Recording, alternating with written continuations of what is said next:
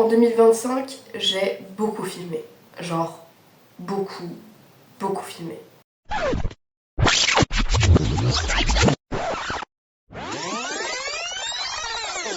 Parce que cette année, j'ai fait plein de dernières fois. J'ai vécu mes derniers moments en tant qu'étudiante, mes derniers moments chez mes parents, mes derniers moments en tant que personne qui mange de la viande même. Bref, cette sensation de dernière fois a été absolument omniprésente à tous les niveaux de ma vie en 2025. Et dernièrement, j'ai aussi beaucoup entendu parler de numérologie. Alors je vais pas du tout rentrer dans les détails parce que je suis pas du tout une experte, hein, clairement, mais j'ai cru comprendre que cette année 2025, en termes de numérologie, elle marquait la fin d'un cycle et que 2026 allait donc commencer vraiment sur une page blanche. Et c'est exactement ce que j'ai ressenti pendant toute l'année, que ce soit en passant mon diplôme, en me promenant dans mon quartier, en allant à l'école, en vivant ma vie d'étudiante. Vraiment, cette impression de fin d'un cycle qui a été omniprésente chez moi en 2025. Si j'ai filmé cette année, c'est parce que je sentais qu'elle se refermait. Comme si quelque chose en moi savait que je ne vivrais plus ces choses de cette façon.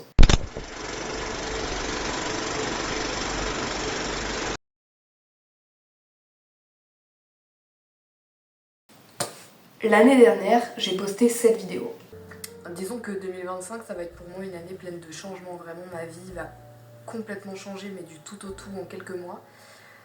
C'est ma dernière année d'études, je vais déménager, je vais trouver un nouveau travail, je vais vraiment faire énormément de choses qui vont radicalement me changer de ce que j'ai toujours connu jusqu'à présent. Et en fait, je ne sais pas où je serai lors du Noël de 2025. C'est exactement à ce moment précis que j'ai commencé à comprendre, à prendre conscience en fait que 2025 allait représenter pour moi une année charnière, une année de changement. Littéralement la fin d'un cycle. Cette année, j'ai vécu plein de dernières fois. Comme je te le disais tout à l'heure, la fin de mes études. Et ça, c'est pas rien parce que je suis à l'école depuis littéralement que j'ai 2 ans, comme à peu près tout le monde, je pense. À la fin de mon lycée, quand j'ai obtenu mon bac, j'avais déjà la sensation que c'était à nouveau la fin d'un cycle, alors même que j'allais embrayer sur des études d'histoire qui sont des études assez proches de l'expérience que tu peux vivre à l'école. J'ai fait 2 ans de licence d'histoire, puis j'ai enchaîné avec 3 ans de design graphique dans mon école de design. C'est-à-dire qu'en tout, j'ai fait 5 ans d'études post-bac, ce qui est quand même beaucoup pour une personne qui, de base, avait dit qu'elle ne ferait pas d'études. J'ai vécu mes derniers moments de vie étudiante, j'ai fait en sorte de sortir plus, d'avoir plus un peu cette expérience de vie étudiante, alors même que c'est à l'opposé de ma façon de fonctionner de base parce que je suis très casanière, que clairement j'aime pas beaucoup sortir de chez moi, que je suis pas très sociable, que j'ai pas énormément d'amis, et que globalement faire des soirées c'est pas forcément mon truc. Et bien j'ai quand même pris le parti cette année de me sortir un peu les doigts et d'essayer de vivre un peu plus pleinement cette expérience sans pour autant me forcer à faire des choses que je n'avais pas envie de faire. Le but c'était simplement de sortir de ma zone de confort. Soirée entre potes, DJ set, soirée de fin d'études, j'ai essayé de ratisser large. Outre cette expérience de vie étudiante que j'avais envie de vivre plus pleinement avant qu'elle ne finisse par s'achever, j'ai également vécu au rythme de mes études et au rythme de cette année qui était une année certifiante, l'année où j'ai passé énormément d'examens, d'exercices et de certifications. Ça a été une année assez stressante, très intense et également très floue. Cette année, j'ai également rencontré la nouvelle moi avec ses nouvelles opinions, sa nouvelle vision de la vie. Cette personne-là, je commençais à la connaître déjà depuis quelques années. On avait senti qu'il y avait eu un petit tournant. Un tournant qui s'est finalement transformé en virage à 180 degrés. Et cette nouvelle personne a dû prendre ses distances avec les choses qui n'étaient plus alignées avec la personne qu'elle était. Elle a choisi de créer son propre chemin pour suivre ses propres règles. J'ai changé d'église pour trouver un environnement plus proche, un peu plus proche de mes valeurs. En fait, j'ai accepté de fermer des portes sans encore savoir ce qu'il y aurait derrière. On va pas faire mais décider. Il y en a un qui va passer un mauvais quart d'heure. 2025, c'est l'année où j'ai arrêté de penser et de surintellectualiser mes valeurs pour commencer à les vivre enfin. Cette année, par exemple, j'ai arrêté d'arracher mes poils. Oui, c'est un step, clairement, il fallait le faire. Surtout que, voilà, je me suis pas facilité la tâche, j'ai décidé de le faire juste avant l'été. Je me suis pas du tout facilité la vie. Et dans le même jus, je suis devenue végétarienne. J'ai arrêté de manger de la viande, j'ai arrêté de manger du poisson. Et pareil, à nouveau dans une optique de ne pas du tout me faciliter la vie, j'ai mis ce nouveau fonctionnement en place juste avant la période de Noël. Et ces deux choses-là, ça peut paraître être des choses complètement anodines dans la vie de tous les jours de quelqu'un, mais honnêtement, je te promets que c'est des steps. C'est des steps à franchir.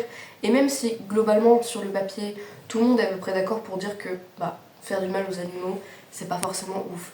C'est pas forcément quelque chose de très positif. Et je pense que j'enfonce à nouveau un peu des portes ouvertes si je dis que s'épiler, ça fait mal, ça coûte cher, ça prend du temps, ça sert pas à grand chose. Ça, c'est des choses que les gens savent, que la plupart des gens savent. Mais par contre, qu'est-ce qu'on en fait de ce savoir-là? Qu'est-ce qu'on en fait de ces prises de position? Qu'est-ce qu'on va faire pour changer ça? Pour faire en sorte, du coup, de dépenser moins d'argent pour des choses qui sont pas forcément utiles, pour dépenser moins de temps dans ces choses-là? Qu'est-ce qu'on va faire pour avoir un régime alimentaire, ou en tout cas un mode de vie plus aligné avec nos convictions? Quelque part, je vois ça un petit peu comme des graines que j'aurais intellectuellement semées, on va dire, pendant la période hivernale, et qui auraient germé lors d'une période beaucoup plus printanière. Et une fois que les graines ont été plantées, une fois qu'elles sont germées, il ne reste plus qu'à récolter finalement.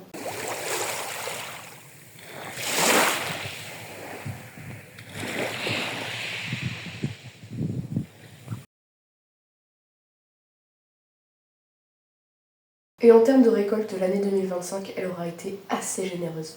Cette année, par exemple, quelque chose dont je suis assez fière, même si la plupart des gens vont, je pense, trouver ça un peu osef, j'ai vécu mes premières vraies vacances entre amis.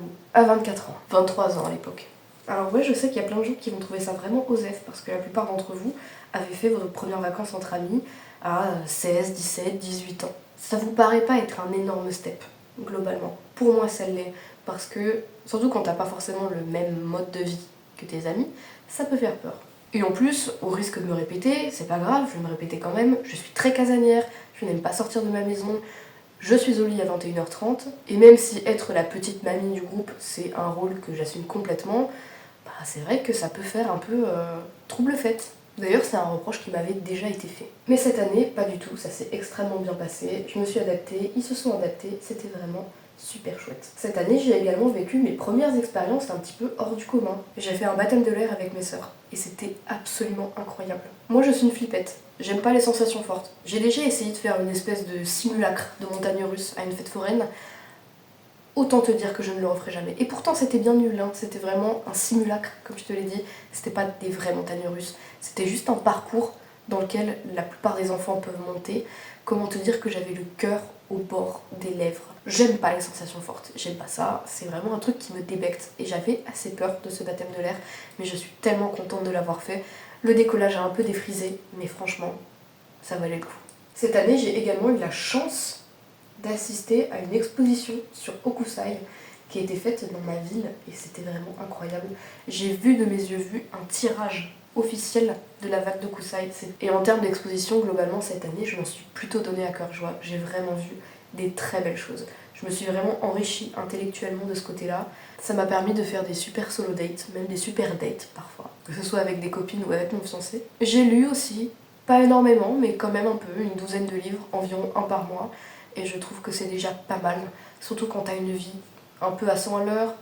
Les étudiants en art vont se reconnaître, c'est parfois difficile de réserver du temps pour faire des choses qu'on aime et qui ne soient pas du travail, n'est-ce pas? Mais cette année, j'ai quand même réussi. J'ai également assisté à mon premier opéra. On n'était pas très bien placés, on n'a pas vu grand-chose de ce qui se passait sur scène, mais c'est pas grave, ça restera gravé dans ma mémoire comme étant un super souvenir parce que c'était quand même une très belle expérience et que l'opéra, même si c'est un spectacle visuel, c'est surtout auditif. Et les chants étaient superbes. Et ça, même à la place où on était, on a pu s'en rendre compte. Cette année, j'ai compris que mon étincelle était dans mon art et dans ma créativité.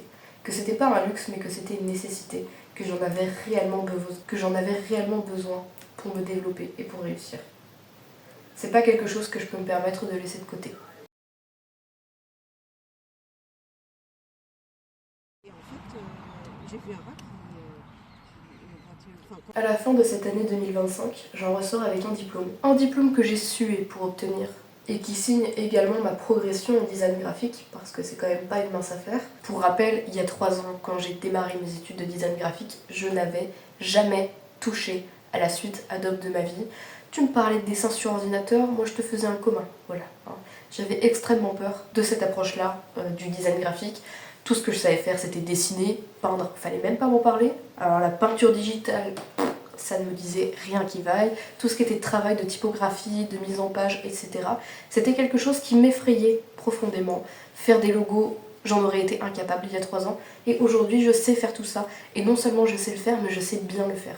Et parfois, même si je doute, même si j'ai peur de ne pas réussir à trouver un travail pérenne dans ce domaine-là, que j'ai peur de ne pas réussir à trouver de clients, je regarde mon portfolio et je me rappelle du chemin que j'ai parcouru, du travail que j'ai effectué, et je me sens extrêmement fière. J'ai réussi à dégager, à creuser un univers graphique, visuel, qui m'est très personnel, qui est assez reconnaissable et dans lequel je me sens tout simplement bien et confiante. Cette année, j'ai repris la peinture et les activités manuelles. Parce que quand tu travailles ou que tu étudies un domaine qui est créatif, ok, t'es créatif sur tes heures de travail, t'es créatif quand t'es à l'école, quand t'es en cours, tu travailles sur tes projets solo, tes projets de groupe. Par contre, pour ce qui est de ta créativité personnelle, laisse-moi te dire que c'est très difficile de trouver la motivation, de trouver le temps aussi, à se dégager pour dessiner pour soi, sans notes, sans appréciation, sans barème, sans jury ou quoi que ce soit, de dessiner juste par plaisir, juste parce que t'en as envie. C'est quelque chose que j'ai galéré à faire pendant les 2 premières années de mes études et c'est quelque chose que je réussis à faire cette année en 2025. Cette année, j'ai également créé le statut juridique de mon auto-entreprise en tant que futur graphiste freelance. Et en cette fin d'année, j'ai également trouvé un CDI, pas encore le job de mes rêves, pas vraiment un taf très créatif, mais c'est quelque chose déjà qui va me donner de la sécurité financière, qui va me permettre de déménager pour commencer à vivre ma vie d'adulte, enfin. C'est dans un milieu culturel et les horaires sont suffisamment flexibles et arrangeants pour pouvoir me dégager du temps pour faire autre chose à côté. Parce que des expériences de travail, j'en ai vécu cette année. J'ai travaillé pendant 1 mois et demi, 2 mois dans une entreprise avec des horaires très très proches du 9 to 5. Et là pour le coup, c'est vrai que c'était assez compliqué de gérer salle de sport, design graphique, vie sociale et travail.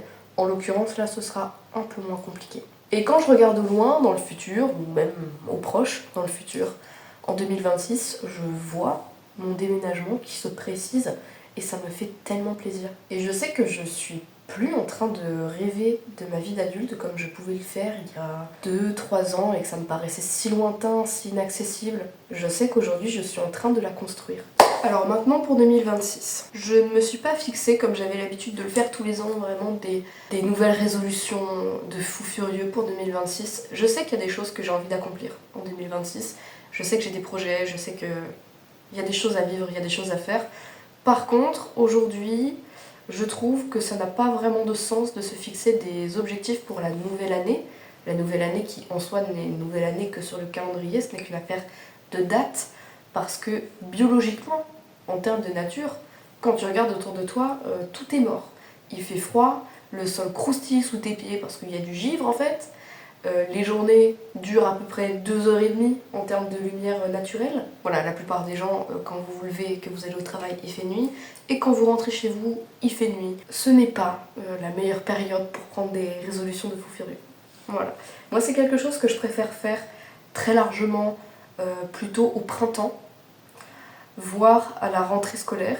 Et c'est quelque chose aussi que je mets en place au début de chaque mois parce que j'essaye d'apprendre à vivre beaucoup plus en fonction de mon cycle féminin, n'est-ce pas? Parce que je trouve que ce cycle est fait d'une façon à ce qu'il se passe comme les 4 saisons de l'année en un seul mois. On a donc la phase menstruelle, que tout le monde connaît, la phase des règles, qu'on apprécie, qu'on adore toutes, qui se rapporte un petit peu à l'hiver.